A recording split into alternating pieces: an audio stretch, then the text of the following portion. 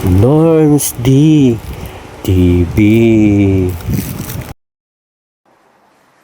Itong araw na ito, pumunta kami ng asawa ko sa sementeryo kasi 1 year na si mama sa April 25.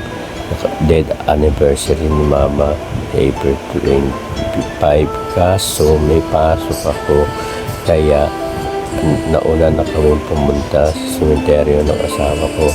Ang bilis ng panahon, parang kailan lang. Ngayon, 1 year na death anniversary ni mama, parang kailan lang. Dati, tayong dalawa pumupunta sa sementeryo.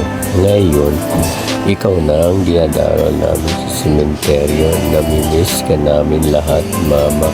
I miss you, mama. Mahal na mahal ka namin lahat. And please subscribe and watching my video. Thank you for watching, everyone. Maraming salamat po sa lahat. Sa lahat na nag-subscribe, sa lahat ng nanood ng video ko. Maraming salamat po.